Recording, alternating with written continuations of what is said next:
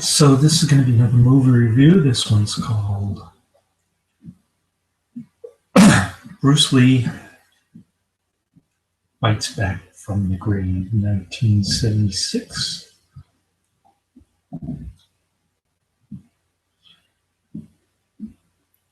The only relation to Bruce Lee in this flick is a lightning bolt that strikes Bruce Lee's shabby-looking grave made out of cardboard tombstone. When the lightning bolt hits the grave, an imitation Bruce Lee guy pops out. I guess the US distributors put that scene in the beginning, sort of like Snuff, where the best scene is at the end of the movie after the distributors added more footage unrelated to the previous movie. This one starts out unrelated to the rest of the movie, because after the first minute or so, you don't see any mention of Bruce Lee. Matter of fact, it's a Korean flick, but they talk about Chinese people, even though they look Korean. The English dubbing, or just the dubbing in general, is the same guy doing the same voice for every single male actor, and it might even be the same for the woman actors. They only have one dub voice for each sex, I guess. So you have two guys talking to each other with exactly the same voice. The print is in horrible shape.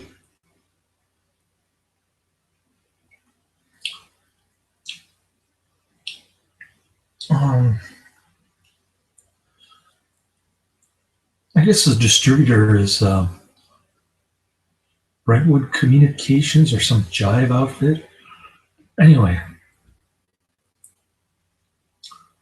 they made absolutely no effort to restore this film, which is a shame. It's a great film.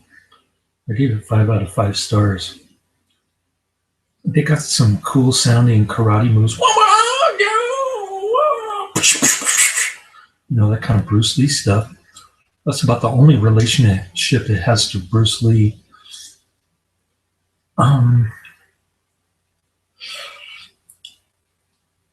So there's this Korean guy who pretends he's Chinese karate dude.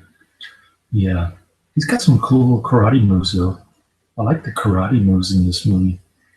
So he's looking for his brother who supposedly committed suicide, although he had no reason to. He was a highly successful guy in Los Angeles.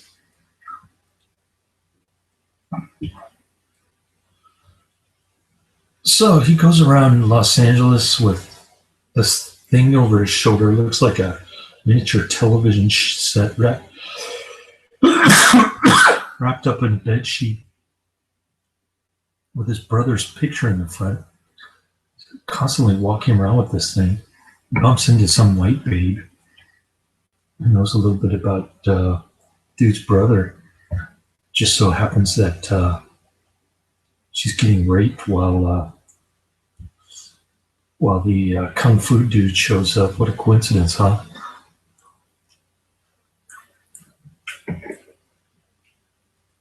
So she works at some coffee shop. She appears to be driving some kind of Pinto, and she's living in some vacation house that's unoccupied. So they got this love thing going. She wants him to teach her karate. Meanwhile, there are these 5 karate dudes who are bad guys, I should say, who are part of the gang. I guess they're drug dealers or something. And they're looking for the drug stash. Um, so they think the white babe knows where it is. So they go chasing him around. There's a lot of cool looking karate fight action scenes. Although the blows look like they missed by a mile. I don't know who the choreographer was, but it's not very realistic. But it's still pretty cool looking. I like the karate sounds. So the white babe ends up dead. That's pretty much the end of the movie. But there's a cool plot twist at the end. So I didn't spoil all of it, but yeah, you find out who's behind all this shady business towards the end.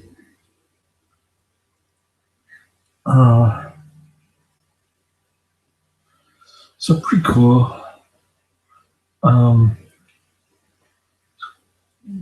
He ends up kicking the tall black guy's butt really bad.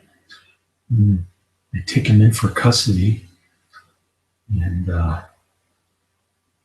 they release him for some unknown reason. Don't really find out why until the end. There's plot twists. There's got to be like 3 plot twists at the end. Pretty cool stuff. I mean, it was well written, just on a shoestring budget. And the first scene with the bolt of lightning striking the cardboard tombstone of Bruce Lee, with him jumping out of the earth. That has to be one of the most funniest things I've ever seen. Just for the pure unintentional humor and the gall these people had to rip off Bruce Lee's name, thinking that people wouldn't know that he was dead and it was impossible for him to come back and act in a movie. Oh, boy. Must be a lot of dumb people out there, including me, who enjoyed watching this flick. Anyways, great flick, 5 out of 5 stars. Kung Fu doesn't get any better than this. A lot of people hated this movie. It gets a very low rating, 3.8 on IMDb, which is actually pretty high for a bad movie. But 19% rating on Rotten Tomatoes.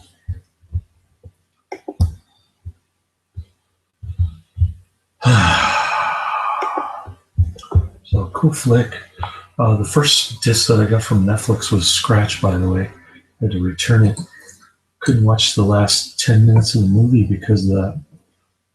So that was the reason for the delay. Plus, it took forever for Netflix to send the first disc.